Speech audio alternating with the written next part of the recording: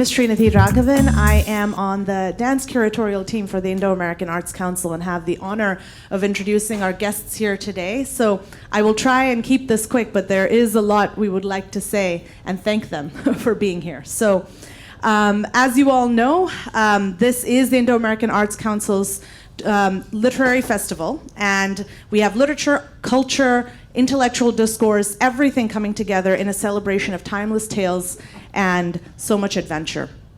Spanning continents, this festival is a testament to the universal language of literature. Over Saturday and Sunday, we bring together the brilliance of over 60 writers and poets from around the world. From the profound to the poetic, our speakers bring a global perspective, reflecting the authentic Indo-American experience and showcasing the beauty of our cultural diversity.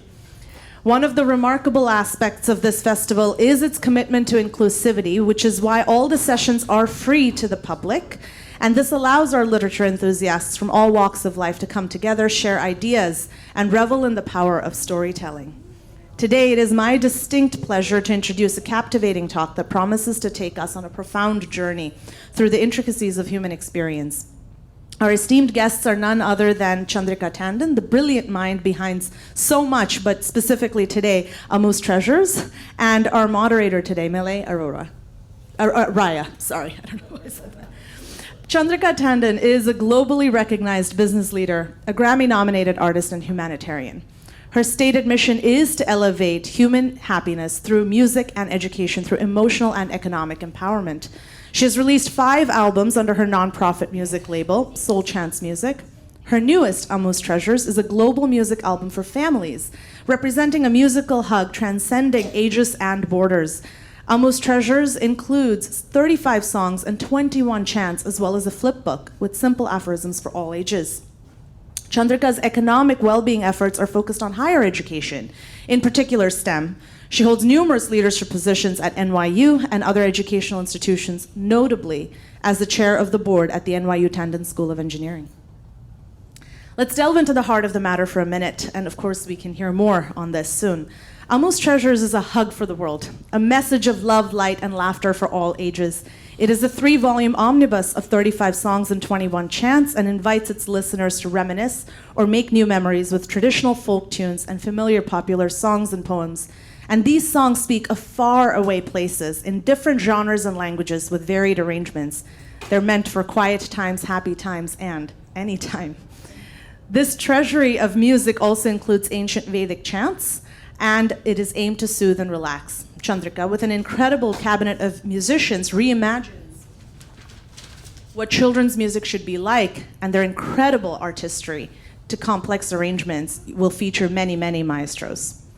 Milay Raya is a creative director, writer, and archivist who currently serves as the artistic director to the Town Hall. A multimedia artist with 3 decades of experience, Ms. Raya continues to study, compose, record, and perform. She has spoken at conferences about photography, music, archives, and prints. She wrote the liner notes for Tony Award-winning Leslie Odom Jr.'s 2020 The Christmas Album. Following the talk, please do take the opportunity to meet with our guests and to engage with them, and this is obviously a wonderful opportunity to which we're grateful for the Indo-American Arts Council. Let me express my gratitude to the IAAC, but also to our organizers, speakers, and sponsors at large, and to all of you for being here. Without you, there is no festival, so thank you so much. Now let us welcome our guests.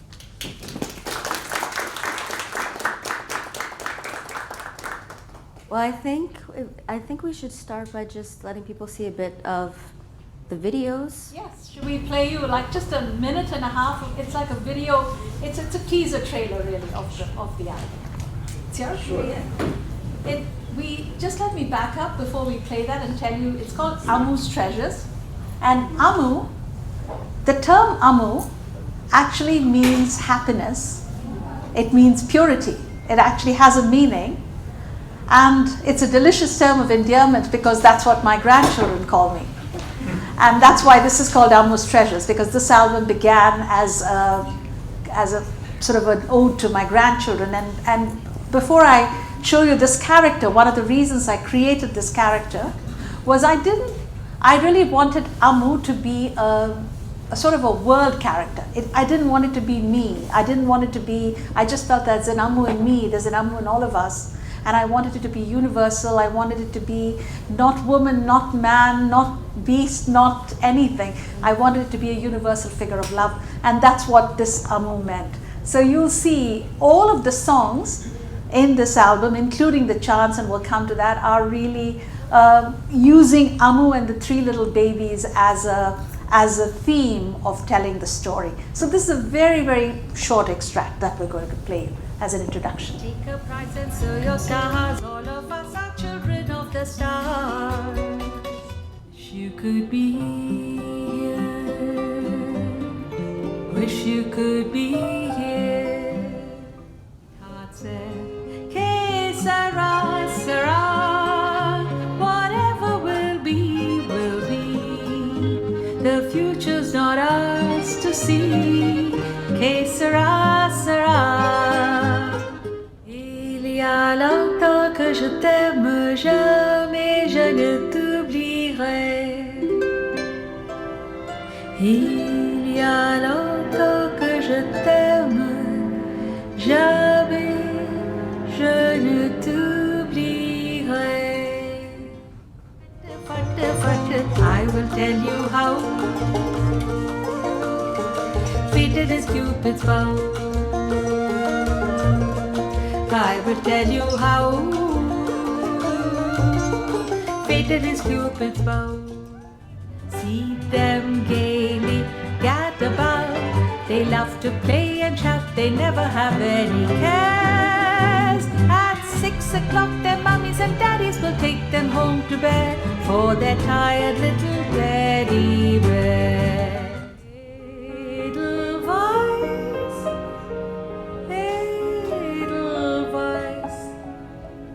Bless my family forever.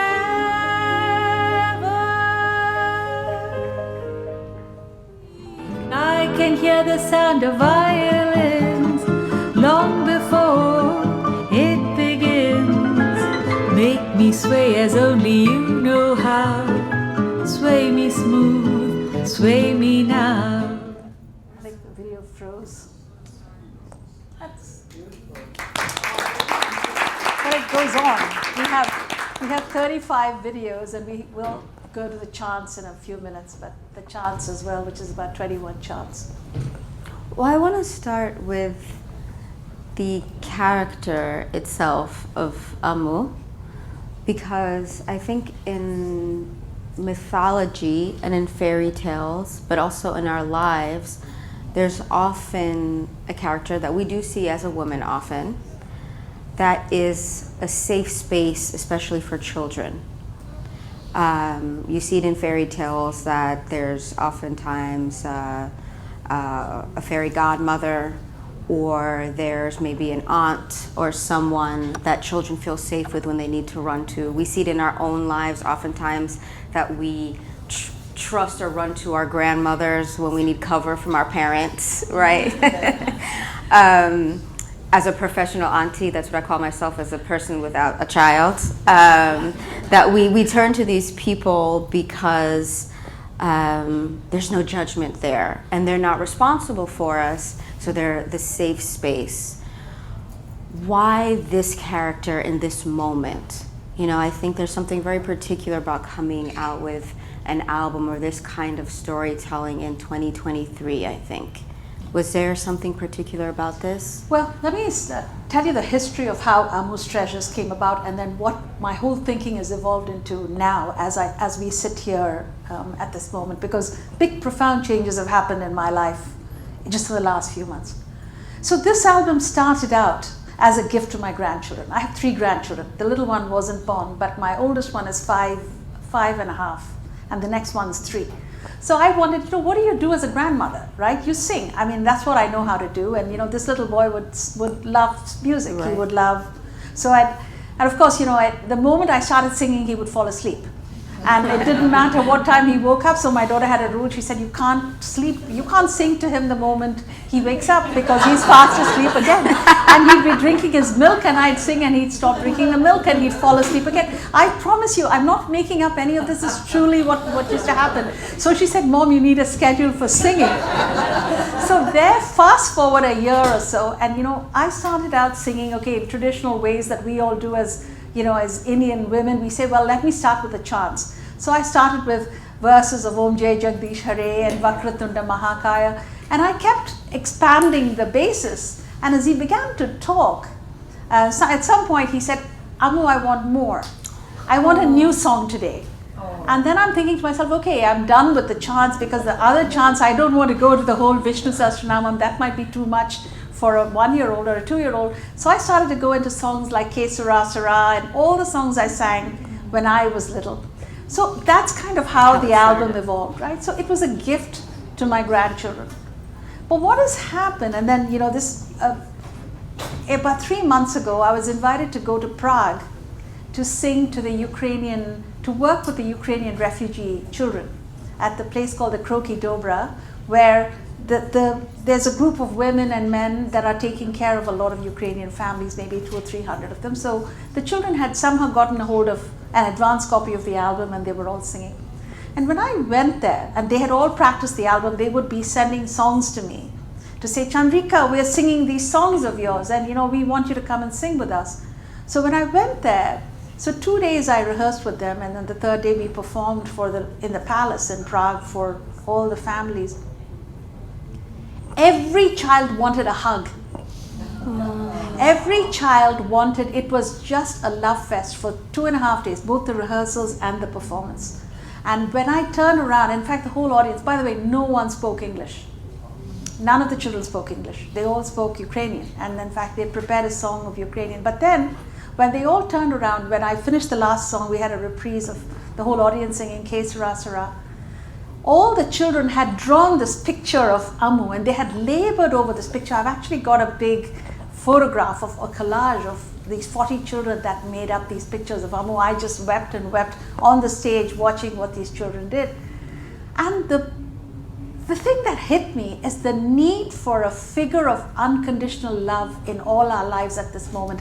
We are all Amu. We've all had an Amu. It doesn't, in many cases the safe space was our grandparents. Right. But in some cases it wasn't that. It was a friend, an aunt, an unexpected person that just gave us this place of unconditional acceptance. That you are great, you're wonderful. And it could have happened when you were 5.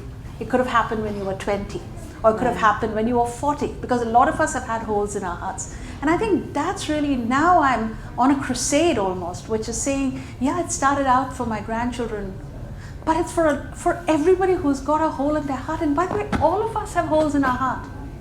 And even if we don't have them all the time, we have them some of the time. So I didn't want this to be Chandrika's album. I want all of us to feel our Amu. That's why this is intended to be this very sort of universal character of love. I mean, we draw these heart figures. That's a little cheesy for me, but I just picked this other alternative. So that's kind of where I was coming from with this. A long-winded answer, but my whole vision, what started out as a project for my grandchildren, has expanded into something much, much broader right now. And so I'm doing a lot more concerts with huge groups of families. Right. It's interesting that you say that about Amu being in all of us and us being at a literary festival, because I think in the US, culturally, Amu is often in the place of English teachers. When you ask someone who changed your life, someone will often say, oh, it's my 10th grade English teacher who saw something in me, or who read this essay, who taught me this piece of poetry. And what's really interesting in the book here is that in the booklet, you'll see that it's not the actual lyrics, but it's it's poetic shortenings almost, or summaries of the lyrics. So it's little poems almost that summarize the songs themselves. The theme of the songs. The theme of the song. Because I didn't choose to just do, and this gets to a bigger point, right, about children's music, about, Yes. really, Yes. I wasn't trying to dumb down the songs for the children. So I wasn't trying to just do A, B, C, D, E, F, G. I could do that too, and they've done enough of that. And you know, typically children's music here is when you have 3 notes and 4 beats, you know, which is fine, and they've got an amazing place. But I was quite bold. And I'll tell you one thing, when my grandson was 18 months old, and he could barely speak. I think boys just speak later than girls. And then suddenly I saw this little boy in a tricycle, and you know, he's not having big sophisticated conversations with any of us at that moment. And he's going around saying, Om Shammo Mippa Shambho Naha. So I'm thinking to myself, this sounds very familiar. What are you saying? And he's actually repeating Om Shamno Mitra Shamvarunaha, because I've been doing this chant every week that he stayed with me. So children are able to absorb a lot more. When we grew up, there was no such thing as children's music. We just heard whatever was all around us, we absorbed it. We didn't think of genres, we didn't think of one category or another category. We just absorbed music, and we didn't see pigeonholes in pockets. And that's kind of what I wanted to do with this album here, so that we just opened everyone, and that opened the brains of children, the minds of children to all this stuff. But then what happens is some of the old songs were songs, I don't know, are you guys familiar with a song called Ash Grove? Was anyone learned the song? Anyway, Ash Grove is an old English song and it's something I learned when I was in 2nd grade. In fact, I sang it in one of the solos in 2nd grade. It's a very beautiful, down yonder green valley where streamlets meander, where twilight is fading, I pensively rove. And it goes on and on. But in that, with sorrow, deep sorrow, my bosom is laden, all day I go mourning in search of my love. So you have words like that. So my daughter called me up when my grandson was 3, and she said, Mom, Kavi is in the bathtub singing, with sorrow, deep sorrow, my bosom is laden, all day I go mourning in search of my love. She said it took me a few minutes to figure out what he was singing, but that's what he's singing. Must you be teaching him such mournful songs? But you know, this is a good point. So what? And you know, it's okay to know about death. It's okay. So I have songs, Where Have All the Flowers Gone? You all know Where Have All the Flowers Gone? Yes? Where have all the flowers gone? The flowers went to the girls went to the boys went to the soldiers went to graveyards, and the graveyards went back to flowers again. That was a circle. That's a circle of life. And it's okay. You don't have to hit them on the head and say death, death, death. But it's, you know, we see things creation, you know. So a lot of this, the essence of what I pulled out on the songs, on the pieces, was just the essence of what is the message of the song. And all these old songs, like even Ash Grove, had all these beautiful memories. It's a song about faraway places, you know, when you do have loves that come and go. You know, A la Claire, you saw the 2 deer in French, you know. That was a song about, you know, sometimes you get angry at somebody and they go away for a long time. And, you know, it takes a long time to mend. And that's what the song's about. Of course, it was, you know, sung for children, but it was about a boy and a girl talking about a love, but we made it about 2 deer, which is the same thing, you know. He refused my flower and I got mad, and then, you know, I called him back, and Amu, of course, went and got them all back together again, and everyone is happy ever after. So, you know, in a sense, that's what we try to create, the story of pulling the essence out. Molly Malone, how many of you know a song called Molly Malone? Molly Malone is an old Irish song, which again I did as a child growing up, you know. In that song, you know, in these Irish songs, God knows what they do. So what happens is Molly Malone is a fisherwoman, and she died of a fever and no one could save her, and that's the end of Sweet Molly Malone. That is the story, because you see a lot of these old English songs from the 1600s, 1700s, or Irish songs, they all have these kind of, you know, somebody dies, it's not a big deal. I guess people died a lot. So in Molly Malone, they then, you know, but of course the words were, and a ghost wheels her barrow through streets broad and narrow. So I changed all of that and said the friends wheel the barrow. And I said, you know, when things happen in a community, the whole community comes together to support you. And I think those are important concepts to learn. It's important concepts to address. So the entire flip book, and we can show you a couple of pages if you like, of the flip book. We'll show you, we won't show you the whole, it's a long flip book, and we've got some signed copies outside which you're welcome to take. But the flip book is themes, little aphorisms about each of the songs. The lyric videos, we have lyric videos of all of them. But I think this is very important for children to learn because they're hyper aware at this point. There's nothing that they're not seeing.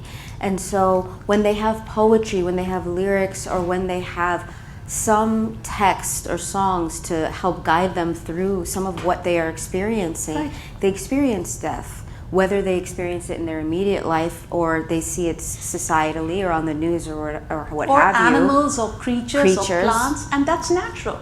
Exactly. And I think part of what I'm trying to do, and I'm not succeeding very well, by the way, I do have to say, but definitely my mission is one, more is more.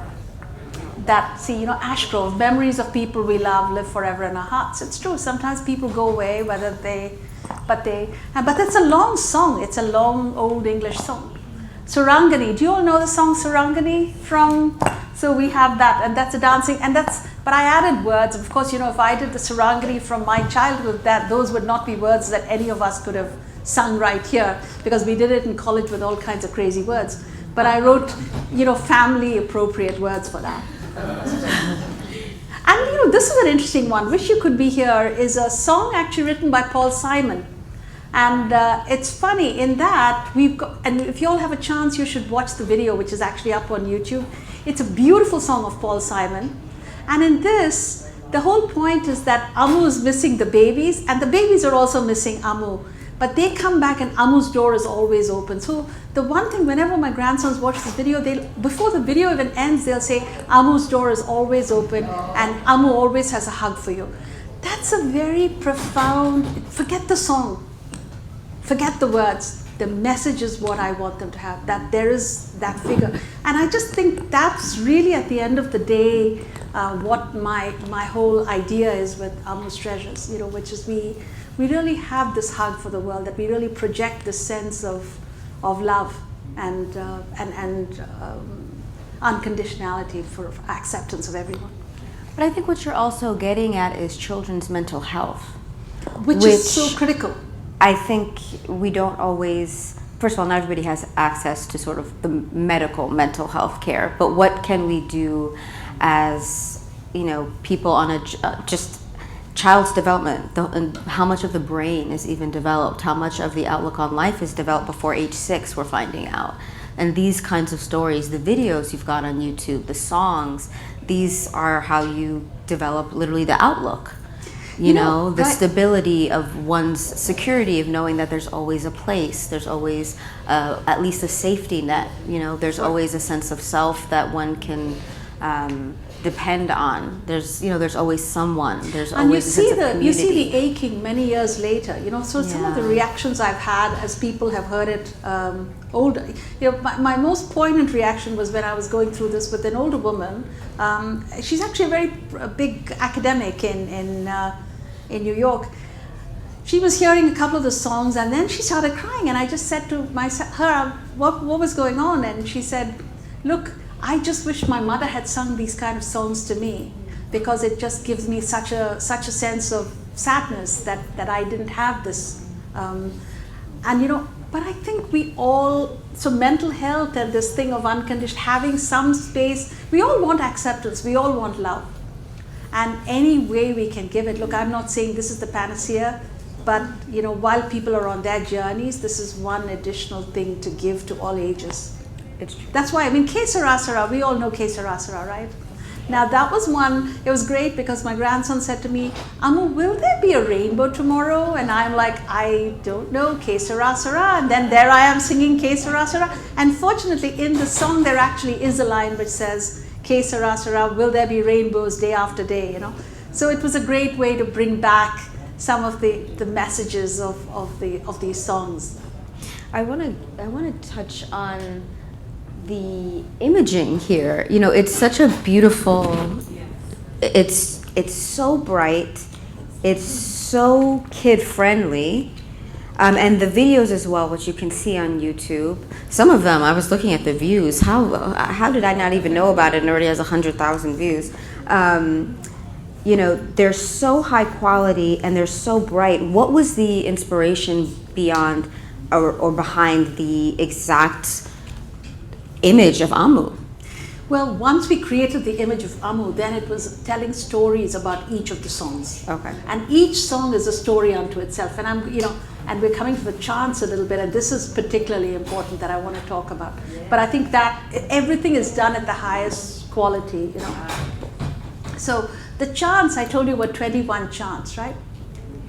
And the 21 chants, because that's where we've struggled most with the expression of the Indian tradition, with this high level expression of the chants. So the chants, I started out with the whole journey of the chants that I was trying to explain to my grandchildren, which was starting with Vakratan, starting with the God of beginnings, Ganesha, and then I said to myself, I'm always calling then the Guru, because they say the Guru comes first, so I used the chant, the shloka of Guru. Then I went from there into calling Namah Shivaya. So I took the key shloka, Triambakam Yajamahe, and then I went into Om Namah Shivaya, a short chant of Om Namah Shivaya. Then I went to Narayana, and then I took a short shloka from the Vishnu Sahasranamam into Om Namo Narayana. Then I took Sri Rama Rameti, and then I went into Hari Rama Hare Krishna. Then I did Devi, I did Sarva Mangala Mangalye. Then I went into Ya Devi, all short, 3 minutes, 2 minutes, But then the whole 12 chants later, the whole thing comes to a different phase where we say, at the end of the day, the light has to be within ourselves. You can call all the gods you like. Then I go into Asato Ma Satkamaya, lead me to the light, lead me to the bliss, lead me to the reality, going into the Gayatri mantra, into Purnamadha Purnamidham, Bhadram Karnevi. So, all the Shanti mantras. So there's 21 chants, and ending with this joyous thing of Om Jai Jagdish Hare, which was just a celebration, like Lord of the, and then, so this was kind of the idea. Now, in terms of creating that video, which is going to come out shortly, we created a video which is called To the Light. 21 minutes it's 27 minutes starting from the beginning to the end, 27 minutes. And then Amu and the babies are going towards the light, and they're looking everywhere for the light, but then they don't know how to find the light. And they keep finding all these different gods. They find Ganesha on the way, they find the gurus, everybody blesses them. Then they slowly find that the way to the light is really through the different paths of yoga, which is through grace. They pray, they do some good deeds, they take care of other people on the way. So this is like the karma yoga. And then they do a lot of yoga, where you'll see they do all the poses of yoga. In fact, my grandsons look at it and say, oh, that's the warrior, that's the peaceful gorilla, whatever names they're calling them in school now. I don't even understand those names, but they clearly make sense to them. So then doing yoga and then devotional chanting. So there's one scene in Hare Rama Hare Krishna, Nitya Gopal Das ji will understand this, where there's just ecstatic chanting with the Amus and the kids doing dole and chanting Hare Rama Hare Krishna. So there's a whole scene, and then the compassion, and the goddess opens up. And then in Om Jai Jagdish Hare, there's like a jolly going around on the rainbows. Everybody is up in the sky in bubbles, enjoying the world. That was the idea. But trying to explain to a kid, the kid asked me, Amu, what is the light? What does it mean to be in the light?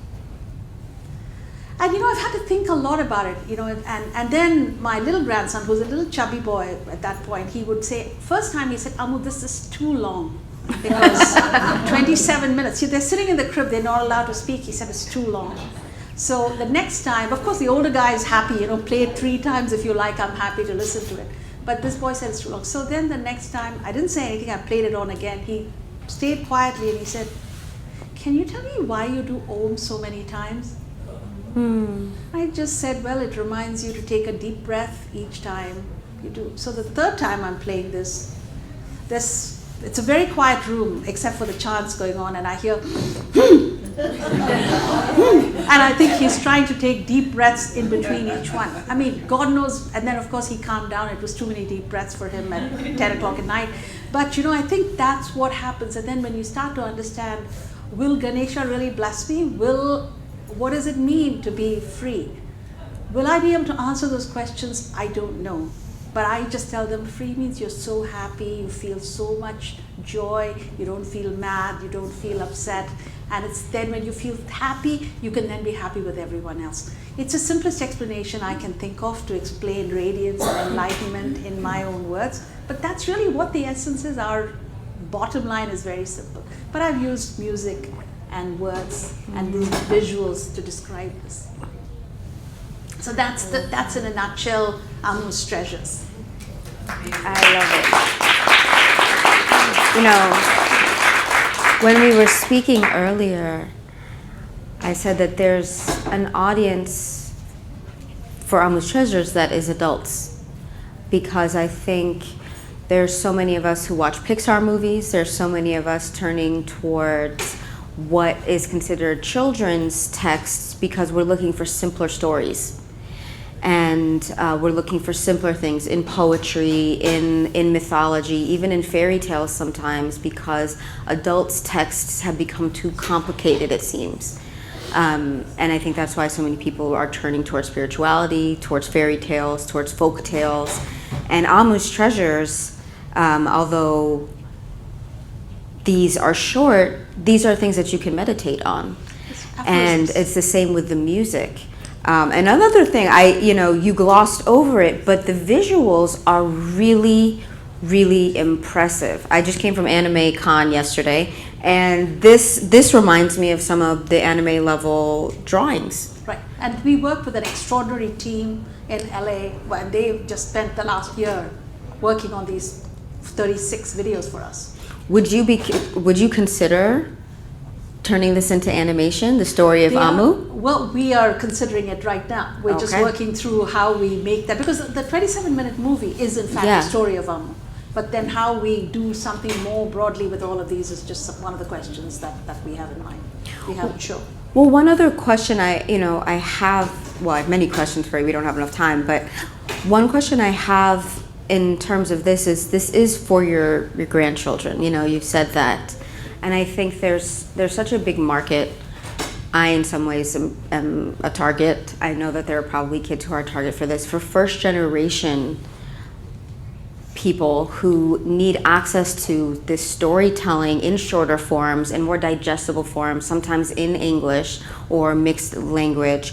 Was that part of the inspiration behind this? Again, a lot of this is evolving. See, I made it as a very simple idea for my grandchildren. And then now in Czechoslovakia, they want to use it as 36 Montessori lessons. And they want, which is interesting, right? They want to actually take the chance and do a whole thing in Prague schools, in certain schools, with the charts. Now, exactly what that form that will take, we're working on it now, and I just want to let them do it, whatever they want, because this is a not-for-profit. We really want to spread the message. And if people can feel happy about it, that's great. So we just released this. Right. So I think the possibilities are whatever can be done with it. It's just a hug, and whoever wants to take it and spread the hug further, I would love for them to do it.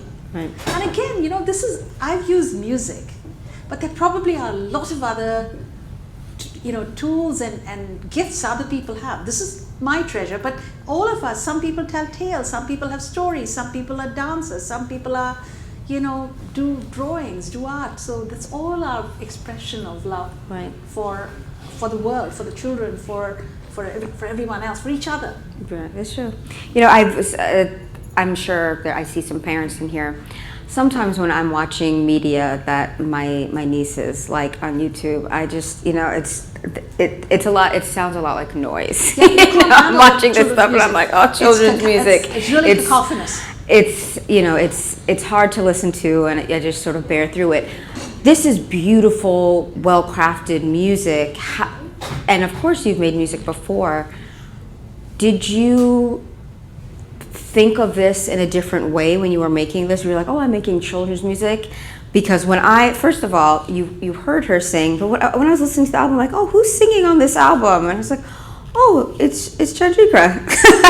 So it is you singing, but the rest of this list, Rakesh Chesya is on it, and Bella Fleck is on it. These are huge names in the music industry. Right. So in terms of the list of musicians, I'm looking at them like, this is absolutely an adult album. Yeah. But at the same time, why shouldn't a children's album have the highest level of musicianship on it? But see, you answered your own question, because that's Right. exactly it. In fact, when I wanted to, when we went to make this album, we went for a 3-day session to Massachusetts. We just went in there, very quickly made the album. And the third day, we all sat together that night, and we were just saying, oh wow, it's all done. And the percussionist, Jamie Haddad, who's a professor at Oberlin, says, Chandrika, we need a cello on this. We need to get a banjo on this. And then he says, I'm going to call Bella. I'm going to call Bella Fleck. Bella Fleck is the greatest banjo player in the world. I mean, and he's amazing. So, and first Bella's reaction to me was, well, I've heard you, because he and I were nominated at the same time for the Grammy. We were on the same, and of course he won the Grammy, I didn't. So, he probably doesn't remember me, but I definitely remember him. But he said, look, you send me the music, even send it to me on your iPhone. I'm not sure, but I don't do session musicians like that. It's not my thing, but send it to me anyway. 20 minutes later, he calls me up and he says, I don't care what my manager says, I don't care what they do, I'm in, I want to do this album. Everybody brought their best to this music. And so somebody like a Kenny Warner, who's an extraordinary jazz pianist, would take a song, and we were in the studio together, he'd say, I want to play it once. He'd say, no, I've got another idea to play this song. And he'd play it one more time. And these were such simple songs, And they played, I have 9 versions of Kenny Warner playing Listen to the Falling Rain, And then I had the unenviable task of sitting there with the 9 amazing versions and with 24 cello versions and 35 percussions to try to figure out what instrument I wanted in which order. So that I did all the mixing and the putting together of the music, which took a lot of work. But I think that's really what each one brought to this. In fact, they all wrote to me. We had a Zoom session a few days ago just to kind of celebrate the album release. People were in tears. They were saying that this was one of the most beautiful projects they did. Not big, musically, I mean, it's good. We went to the highest standards of musicality. But I think everybody felt this love sitting in the studio and feeling that they are sharing of themselves for another generation, that they were offering themselves unconditionally. And I think that's what all of us felt throughout making this album. When you hear it, you'll hear it in the notes, you'll hear it in what they've played. And I think that's what Amu's Treasures is about. Yeah. Do you hear the highest level of musicianship and no ego? And production, we didn't spare anything, because if we're going to leave something for generations, why not give them the best? We don't know what they'll want. But it's just so interesting because it's an adult album at the same time, because it's that excellent. It's the best musicians you could possibly get to do an album together. So it's very interesting that I think this is how children's music should be done. It should be at this level, so that the rest of us, when our nieces and children are listening, we can listen as well. But I'm curious, do you all have any reactions, questions? What do you guys think? Okay. There is a lot of research which goes into projects like this around brainwaves. Is that something you did before? Well, I have not worked on that space before with music, but that's very much the work we're doing right now. That's my foundation is very engaged in this whole space. We're very interested in looking at different charts, and we're working with different researchers. I've been doing that with breath work and talking to different research people, but I'm very, very interested to see what is the effect. I've seen it on a very small sample with the bigger charts, and look, anecdotes, a swallow does not a summer make, but I will tell you the fanatic reaction I've had from the children. I mean, I can get them to drink water from a well. I don't know. I mean, I can get them to do anything I want because I just have to promise them that they can listen to the music at night. So there's something to be said for this. But because it makes them feel good. It's because they won't listen to The Floor is Lava 100 times. So there's some, and I think this is true of our mantras. This is true of our, you have to be in deep meditation, and I do a lot of these 10-day retreats for meditation and so on. And the chants have an incredible effect on your brain waves, especially when you're deep, and you can see how it kind of connects your neural networks if you go deep. And so I really hope that that'll be the next phase of what we do using our chants. And not just our chants, it's true of Byzantine chants, it's true of Gregorian chants, it's true of the Buddhist chants, it's true of some of the Native American chants. So I'm very interested in this topic. But thank you, it's a very good question. Thank you, Chandrika ji. It has been an absolute honor and delightful pleasure to hear about your journey. My name is Sangeeta, and I'm a full-time practitioner of Ayurveda and Vedanta, and also I'm a Dharma ambassador with the Hindu American Foundation. It was particularly very heartening for me that you brought out this album, because after a whole lot of research, we've understood whether it's a spiritual seeker that's an adult or the society that we want to improve and make it conflict-free.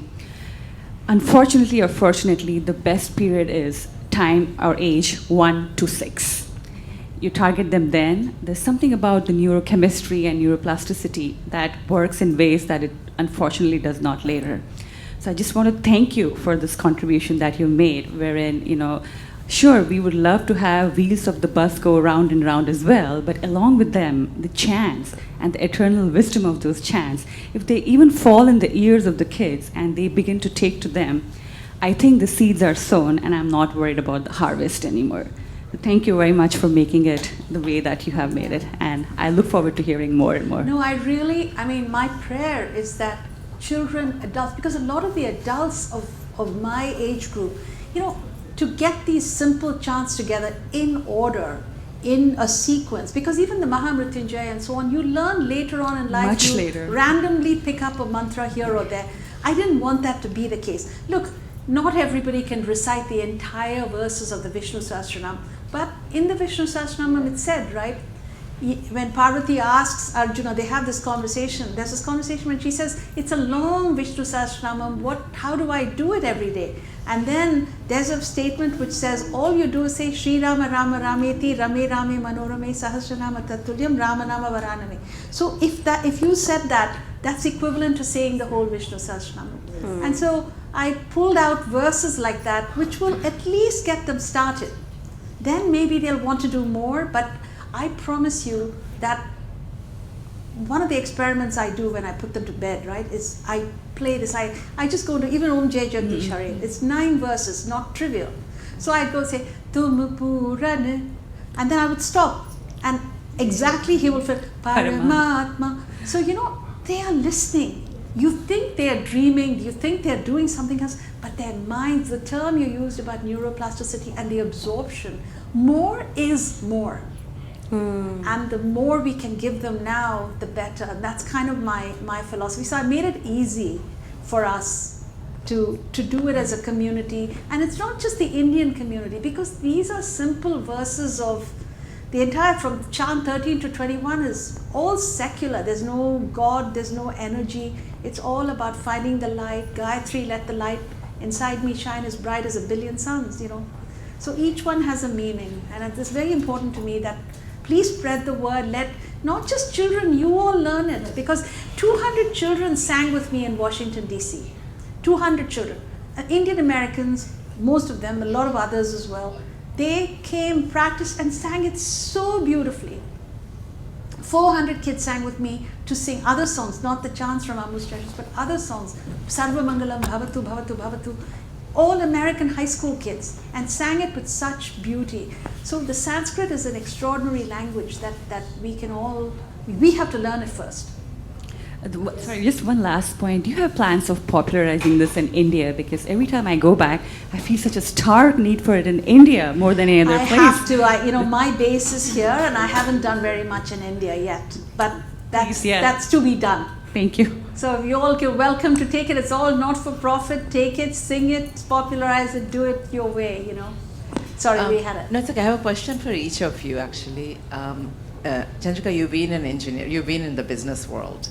And I see when you do this, a very methodical approach to this also. It's not just a grandma singing her songs. It's singing. There is the working with the best artists, the best musicians, etc.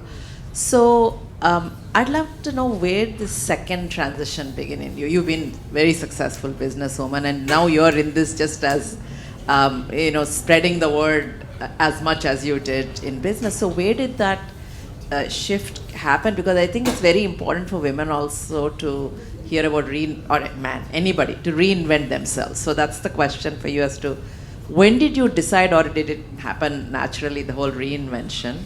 And for you, the question is about public-private partnerships of how do you make art belong to everyone. You work in the town hall, you work in this.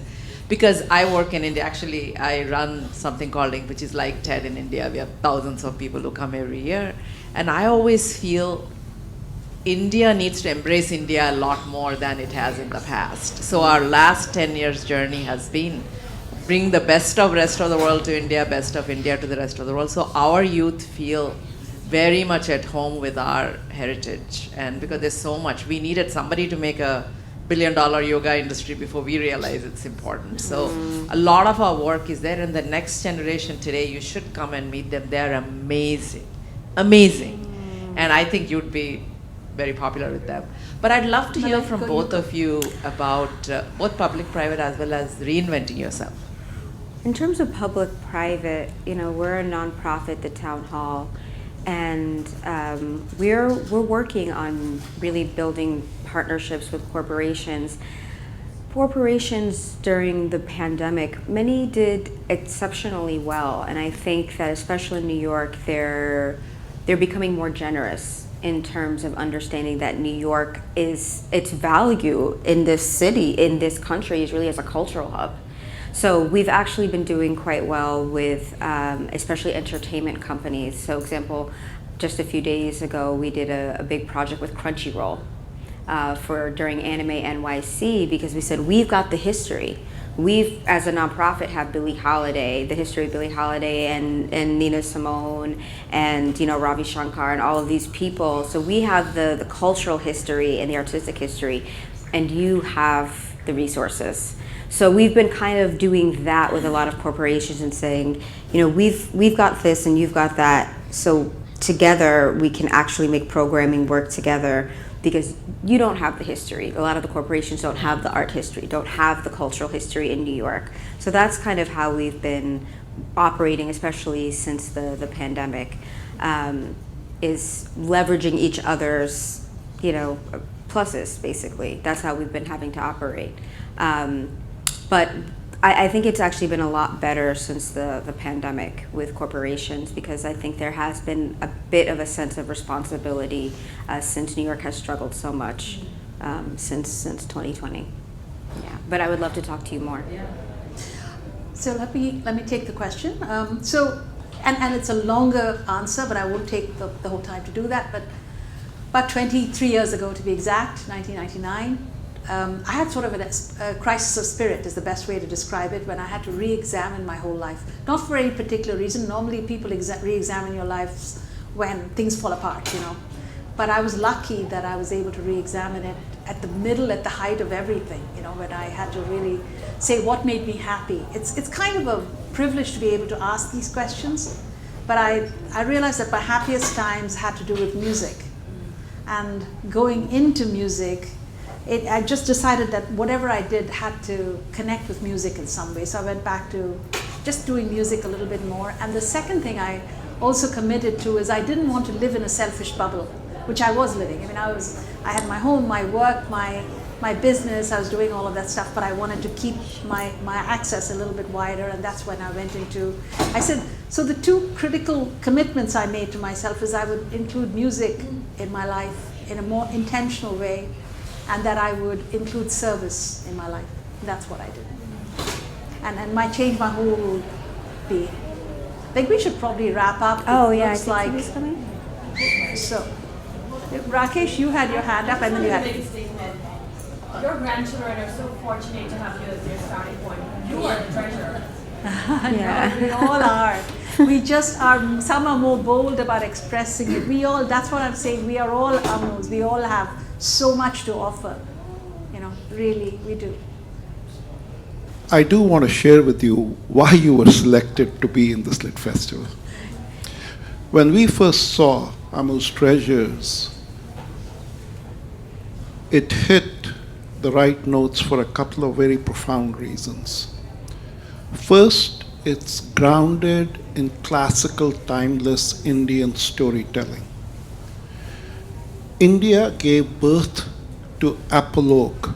Apologue Malay is the idea of using animals to do storytelling of human beings.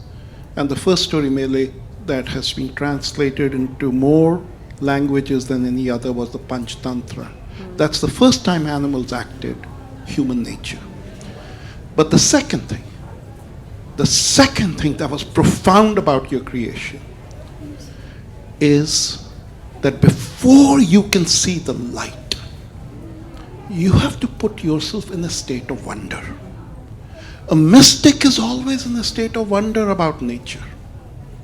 And this book, this story, makes you marvel. You go in a state of wonder.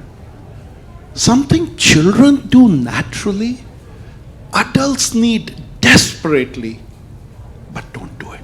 And that's why this is such an extraordinary book. The last story, in my humble opinion, that was in this genre, which now you have excelled, is Alice in Wonderland by Lewis Carroll. Like you, he was a mathematician, he was a scientist, but he read the story to Alice, and like you did with your grandchildren, and Alice said, "You got to publish it." And look where it went. And may Amu's treasures travel on the journey of Alice and go even farther ashore. Perfect. From your mouth to a hug for the whole world. That's really what we can say. But thank you all for being here. Thank you for listening. Thank you for, and then really do spread the word, Just thanks.